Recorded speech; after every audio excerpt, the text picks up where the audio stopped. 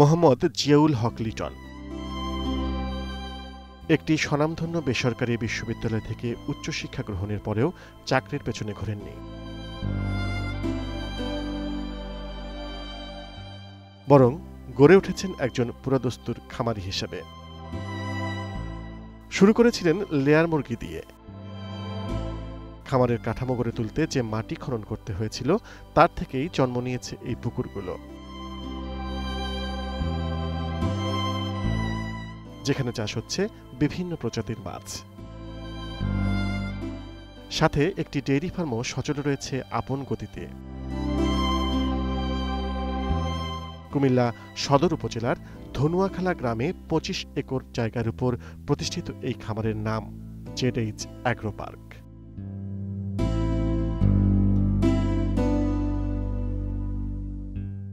তবে এলাকায় এটি লিটনের খামার নামেই পরিচিত। প্রিয় দর্শক, সবাইকে শুভেচ্ছা। কৃষি বিষয়ক নানা খুঁটিনাটি তথ্য আপনাদের সাথে ভাগাভাগি করার জন্য গ্লোবাল কৃষির আজকের পর্বে চলে এসেছি আমি মাসুক সিদ্দিক। মূলত আমরা চলে এসেছি জেডএইচ এগ্রো পার্কে, যেখানে লিটন ভাই একই সাথে ডিম উৎপাদন করছে, মাছ চাষ করছে এবং গরুর দুধ এবং গরু উৎপাদন করছে। প্রিয় দর্শক, আমরা আজকে জেডএইচ এগ্রো পার্ক ঘুরে ঘুরে দেখব এবং জানবো এই খামারের আদ্যপান্ত।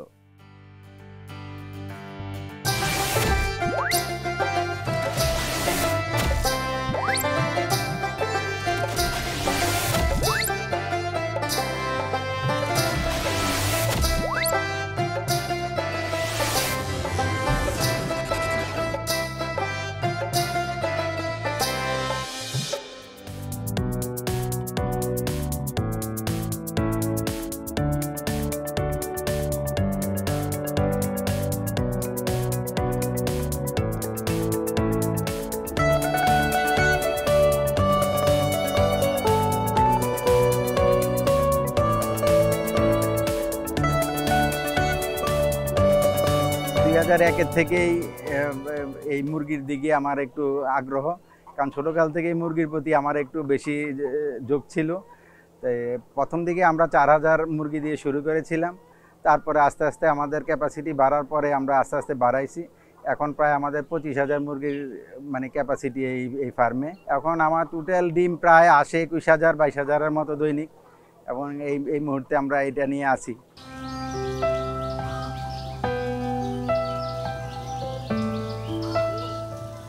এই খামারটি মূলত গড়ে উঠেছিল মুরগির ডিম উৎপাদনকে লক্ষ্য করে।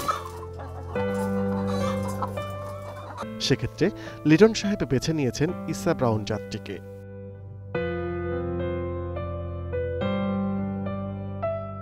ডিম উৎপাদনে মুরগির উন্নত জাতগুলোর মধ্যে বাংলাদেশে এটি বেশ জনপ্রিয়। পাশাপাশি লিটন সাহেব মুরগি বাছাইয়ের ক্ষেত্রেও বেশ কিছু বিষয়ের উপর নজর রাখেন। সেদিক দিয়ে প্রাধান্য পায় পাখিটির মাথার আকার, ঝুঁটির রং, চোখের উজ্জ্বলতা, সুগঠিত দেহ এবং উজ্জ্বল বিন্যস্ত পালক, যাতে করে একটি সুস্থ দেহের সাবলীল মুরগির থেকে সর্বোচ্চ উৎপাদনের সম্ভাবনাটাকে জাগিয়ে তোলা যায়।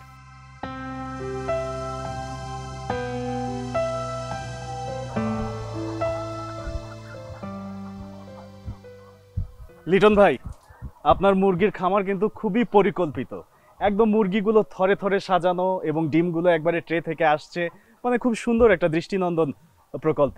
আচ্ছা, কি পরিমাণ মুরগি আছে? আমাদের এখানে প্রায় ১৫,০০০ মুরগি আছে। ১৫,০০০? শেড আছে কয়টা? শেড হলো ৪টা। ৪টা শেডে মোট ১৫,০০০ মুরগি আছে? জি জি জি, আমাদের টোটাল ক্যাপাসিটি ২৫,০০০, এখন ১৫,০০০ আছে, ১০,০০০ কম আছে। কতদিন পর্যন্ত ওদের থেকে ডিম উৎপাদন করান? প্রায় ১২ মাস থেকে ১৪ মাস পর্যন্ত টানা। বাচ্চা সংগ্রহের ক্ষেত্রে ভাইয়া কোন বিষয়টি মূলত মাথায় রাখতে হয়? বাচ্চা সাধারণত আমরা ব্র্যান্ডটা কোন কোম্পানির প্রোডাকশন ভালো ওইটা হিসাবে আমরা করি। আচ্ছা, কিভাবে জানেন যে এই কোম্পানির প্রোডাকশন ভালো? ওই যে আগে প্রিভিয়াস রেকর্ড দেখে, আগের মুরগির রেকর্ড দেখে আমরা করি।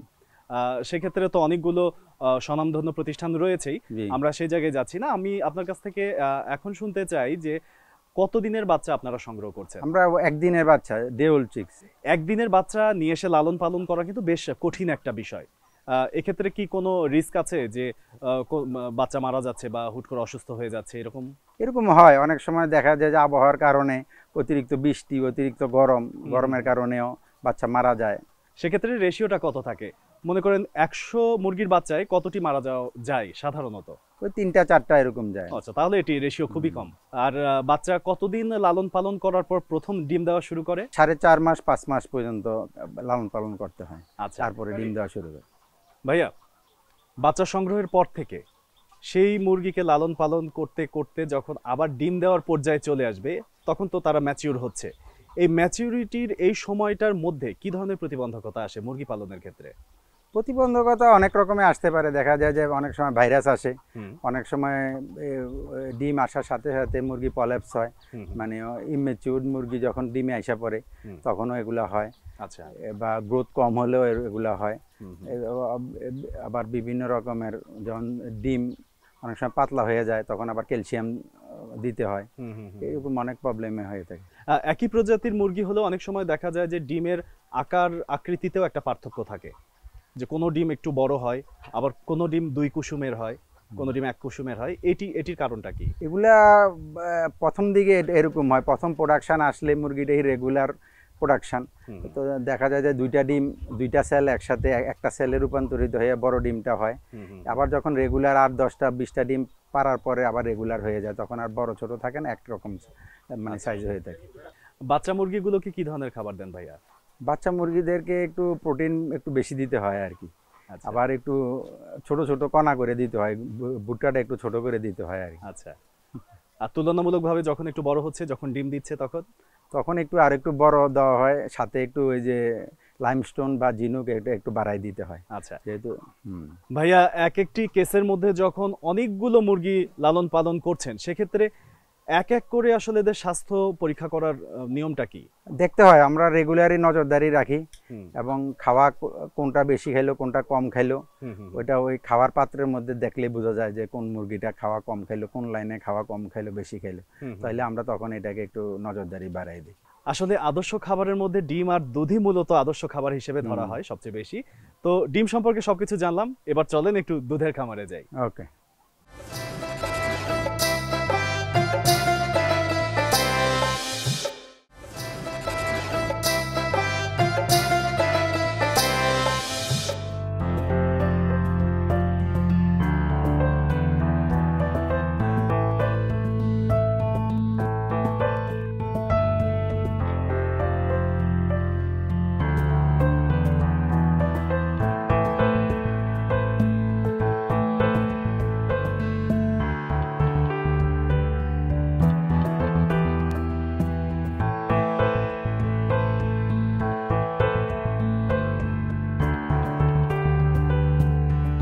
আমরা পোলট্রির সাথে সাথে মানে আস্তে ধীরে ডেরিটাও শুরু করেছিলাম তখন, মানে 2004-5-এর দিকে। তারপরে প্রথম 2-3টা গরু দিয়ে শুরু করেছি, তারপরে আমরা আস্তে ধীরে গরুও বাড়তে থাকে এবং গরু কিছু আমরা কিনি।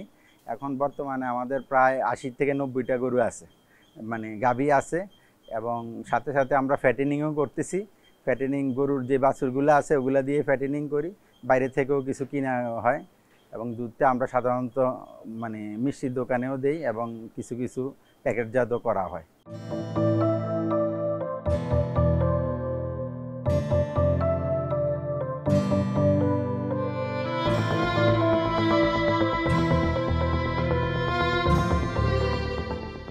গরুর এই শেডটিতে ঢুকেই আমাদের চোখে পড়ল একটি গাভী প্রসব যন্ত্রণায় কাতরাচ্ছে।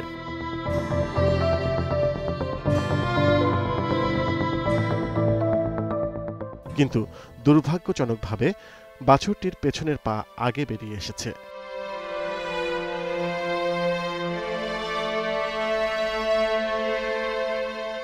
জানা গেল এই অবস্থায় যেভাবেই হোক বাছুরটিকে আলতো করে টেনে বের করে আনতে হবে। সকলে মিলে সেই চেষ্টাটা করতে থাকলেন।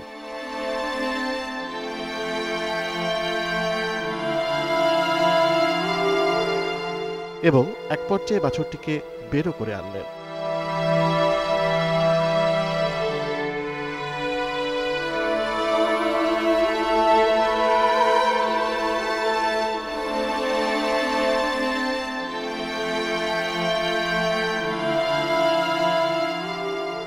কিন্তু প্রসবকালে উল্টো দিকে আসার কারণে অনেক চেষ্টার পরও বাছুরটিকে বাঁচানো গেল না।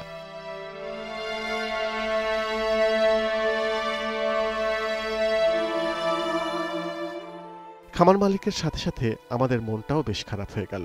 আমরা বেশ খানিকক্ষণ বসে থাকার পর সময় দিলেন লিটন সাহেব। ভাইয়া, আপনার গরুর খামারটা তো বেশ সুন্দর এবং বড়। ম্যাক্সিমামই দেখছি ফ্রিজিয়ান, দুইটা মনে হয় শাহিওয়াল আছে। এটা শাহিওয়াল, একটা জার্সি আছে, আচ্ছা, একটা জার্সিও আছে ওদিকে। হ্যাঁ। তো বাচ্চা উৎপাদনের ক্ষেত্রে অনেক রকম প্রতিবন্ধকতা দেখা দেয়। কি কি ধরনের প্রতিবন্ধকতা আসলে আপনারা ফেস করেন? অনেক সময় ইমেচিউর বেবি জন্ম হয়, অনেক সময় দেখা গেছে যে সময়ের আগেই ডেলিভারি হয়ে যায়, তখন এই বাছুরটা মারা যায়। আবার অনেক সময় গাভীকে ৩-৪ বার বীজ দিতে হয়। আচ্ছা, এক বীজে হয় না, ৩-৪ বার বীজ দিতে হয়। আমাদের এটাই একটা প্রবলেম। এই যে আপনি বললেন যে ৩-৪ বার বীজ দিচ্ছেন, কিন্তু ৩-৪ বার কেন? একবারেই কেন গাভী প্রেগনেন্ট হচ্ছে না? অনেক সময় বীজে প্রবলেম থাকে, যেহেতু আর্টিফিশিয়াল বীজ, এবং অনেক সময় গাভী ওই রকমভাবে পরিপক্ক থাকে না, একটা বাচ্চা নেওয়ার মতো তার ওই ক্যাপাবিলিটি থাকে না। আমরা বুঝতে পারি না যে গাভীটা কি মানে সম্পূর্ণ নেওয়ার মতো যোগ্য হয়েছে কিনা। এই জন্যই অনেক সময় মিস হয় আর কি। কত বছর বয়স থেকে মোটামুটি গাভীকে বীজ দেওয়া শুরু হয়? গাভীকে 14 থেকে 16 মাস বয়স থেকেই বীজ দেওয়া যায়, জন্মের 14 থেকে 16 মাস বয়সে। আচ্ছা, এবং প্রতি বছর বাচ্চা দেওয়ার 2 মাসের মধ্যেই আবার বীজ দেওয়া যায়। আচ্ছা, 2 মাস, প্রতি 2 মাস অন্তর অন্তর একটি করে বাচ্চা হচ্ছে। ভাইয়া, আপনার খামারে এসে দেখতে পেয়েছি আপনি মুরগি পালন করেন, মাছ চাষ করেন এবং গাভী পালন করেন। এই যে 3 প্রকারের প্রাণী আপনি লালন পালন করছেন, এক্ষেত্রে তুলনামূলক জায়গাটা কিভাবে বিশ্লেষণ করবেন, যে কোনটি বেশি লাভজনক বা কোনটি একটু শ্রম সাপেক্ষ, কোনটি সময় সাপেক্ষ? আসলে এক একটার এক এক রকম ম্যানেজমেন্ট, এক এক রকম বেনিফিট। যেমন ডিমের বাজার বেঁধে ডিমের দাম উঠানামা করে, এবং আমাদের উৎপাদনও উঠানামা করে। এবং গরুর ক্ষেত্রেও সেম, যেমন রোজার মধ্যে গরুর দুধের ডিমান্ড বেশি থাকে এবং অন্য সময় একটু কম থাকে। এটা একটা অনেকটা সিজনালের মতো, সারা বছর একরকম থাকে না। সেক্ষেত্রে যদি মুনাফার কথা চিন্তা করি, নিশ্চয়ই গরুর দিক থেকে বেশি মুনাফা হওয়ার কথা, নাকি মাছের দিক থেকে? না, আমাদের এক একটার এক এক রকম। অনেক সময় মাছও ভালো হয়, অনেক সময় গরু ভালো হয়, সবসময় সবকিছু ভালো হয় না। আচ্ছা, আবার কোনো সময় মাছ লসও হয়, গরু লসও হয়। গরু লস হওয়ার কারণটা কি? গরু লস হওয়ার কারণ হলো, যখন লস তো না, যখন প্রোডাকশন কম থাকে, গরুর দুধ কম হয়, তখন তো খাদ্য খরচের সাথে সামঞ্জস্য থাকে না, খাদ্য খরচ বেশি থাকে, তখন দুধ উৎপাদন কম থাকে, তখনই একটু লস হয়। আচ্ছা, অনেক সময় খাবারের দামও কি বেড়ে যায়? খাবারের দাম অনেক সময় বেড়ে যায়। খাবারের দাম বৃদ্ধির কারণে গরুর যেরকম দুধের দামেরও একটা ঊর্ধ্বগতি, এবং মাংসের দামেরও কিন্তু তাই। এবং ভোক্তাদের মধ্যেও এ ব্যাপারে একটা অসন্তোষ বা কম সন্তোষ এরকম দেখা যাচ্ছে। তো আপনার জায়গা থেকে আপনি কি মনে করেন, এই যে খাবারের যে দামের ঊর্ধ্বগতি, এটি নিরসনের জন্য আসলে আপনার ব্যক্তিগত মতামতটা কি? যেহেতু এগুলা আমদানি করতে হয়, গরুর খাদ্য টাদ্য, এগুলা গভর্নমেন্টের উচিত একটু কঠোরভাবে নজরদারি করা, এবং আমদানিকারকরা কোনো এটা বেশি উৎপাদন, যারা এইসব খাদ্য উৎপাদন করে, ওরা কি বেশি দামে বিক্রি করে না ন্যায্য দাম করে, এটা গভর্নমেন্টের মনিটরিং করা উচিত আর কি, আমি মনে করি। গরুর খাবার নিয়ে কথা তো বলছিলামই, এবার একটু মানুষের খাবারের কথায় আসি। গরুর মাংস মানুষের অনেক প্রিয় একটি খাবার। তো এই খাবার বাজারে যখন মানুষ কিনতে যাচ্ছে গরুর মাংস, তাদের মধ্যে দাম নিয়ে একটা অসন্তোষ রয়ে যাচ্ছে সব সময়। এক্ষেত্রে আপনি কি মনে করেন যে উৎপাদন কম আমাদের, নাকি আমরা সঠিক জাত নির্বাচন করছি না, নাকি বাজারের চাহিদা অনুযায়ী আমরা মাংস সরবরাহ করতে পারছি না? আসলে এটা আমাদের উৎপাদন কম না, আমাদের উৎপাদন বেশি। আমাদের যারা ফার্মার, ওদের মধ্যেও একটা ধারণা আছে যে কোরবানির সময় বিক্রি করলে বেশি দাম পাওয়া যাবে। তো সবাই দেখা যায় যে একমুখী এই বাজারটা করে, কিন্তু আসলে সারা বছরেই কিন্তু বাজার ভালো থাকে। তারপরে ওই যে সারা বছরেও যদি সবাই একটু বিক্রি করে, তাইলে আর এই সমস্যাটা থাকে না। দেখা যায় যে সবাই একসাথে বিক্রি করার কারণে অনেক গরু অবিকৃত থাকে, চাহিদার থেকে গরুর পরিমাণ বেশি থাকে। তো অন্য সময় দেখা যায় যে চাহিদা থাকে কিন্তু গরু থাকে না, গরু কম থাকে, যার ফলে দাম বেশি হয়ে যায়। আচ্ছা, আমাদের আসলে ওইভাবে চিন্তা করতে হবে। আমরা যে জাতের গরুগুলো লালন পালন করছি এবং মাংস উৎপাদন করছি, এটা কি সঠিক জাত বাংলাদেশের জন্য, নাকি বাংলাদেশের মাংসের যে চাহিদা সেটি পূর্ণ করতে আমরা অন্য কোনো জাত ব্যবহার করতে পারি? কি জাত হতে পারে সেটা? জাত আসলে যা আছে আমরা এটা দিয়ে পারি, বাট আরও কিছু উন্নত জাত আছে, যেমন ওই যে ব্রাহ্মা এবং যারা এই যে ফ্ল্যাগ বি, এসব জাতগুলো আনলে এসব অল্প বয়সে বেশি মানে আয়তনে অনেক বড় হয়। আমাদের দেশি যে গরুটা 1 বছরে 2-3 মণ হয়, ওইটা দেখা যায় যে 7-8 মণ পর্যন্ত হয়ে যায়। তার ফলে আমরা ওই গরুগুলা পাললে আমাদের মাংসের চাহিদা কিছুটা মেটানো সম্ভব মনে করি। ভাইয়া আপনার গরুর খামার তো দেখলামই, এবার কি দেখাবেন? এখন মাছ দেখতে পারবেন, মাছ। চলেন ভাই। হ্যাঁ, ওকে।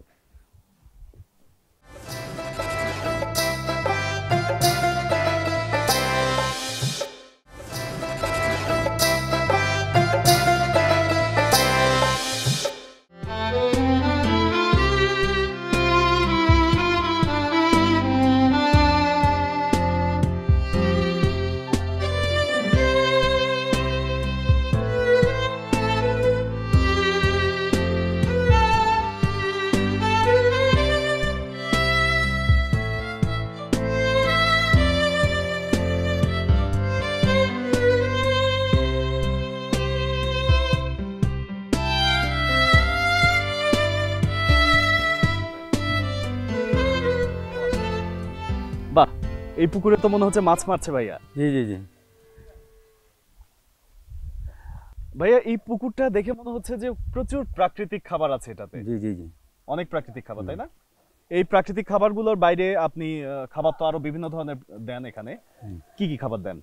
খাবার এমনি প্যাকেট খাওয়া, কোম্পানির খাবার, আচ্ছা, যে বাসমান খাবার আর কি। এখানে যে মাছ চাষ করেছেন দেখতে পাচ্ছি যে রকমারি প্রকারের মাছ, এত জাতের মাছ একসাথে চাষ করছেন, এটার কোনো সমস্যা বা সুবিধা কি?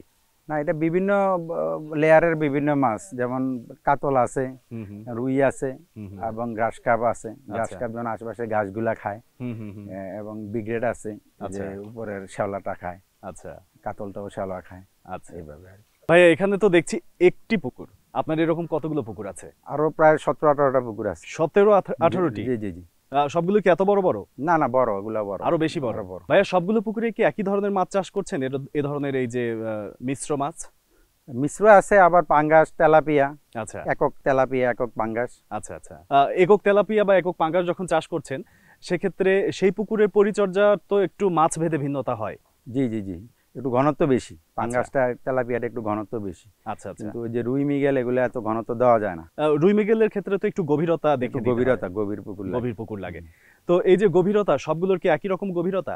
না, যেমন পাঙ্গাস তেলাপিয়া একটু ভাসমান পুকুর হইলেও হয়। আচ্ছা, 4-5 ফিট পানি হইলে হয়, কিন্তু রুই মৃগেল কাতলের জন্য প্রায় 8-10 ফিট পানি লাগে। গ্রীষ্মকালে যখন পুকুরের পানি কমে যায় তখন কি করেন ভাইয়া? তখন আমাদের আলাদা ডিপ টিউবওয়েল আছে, ওইটা থেকে যায় পানি।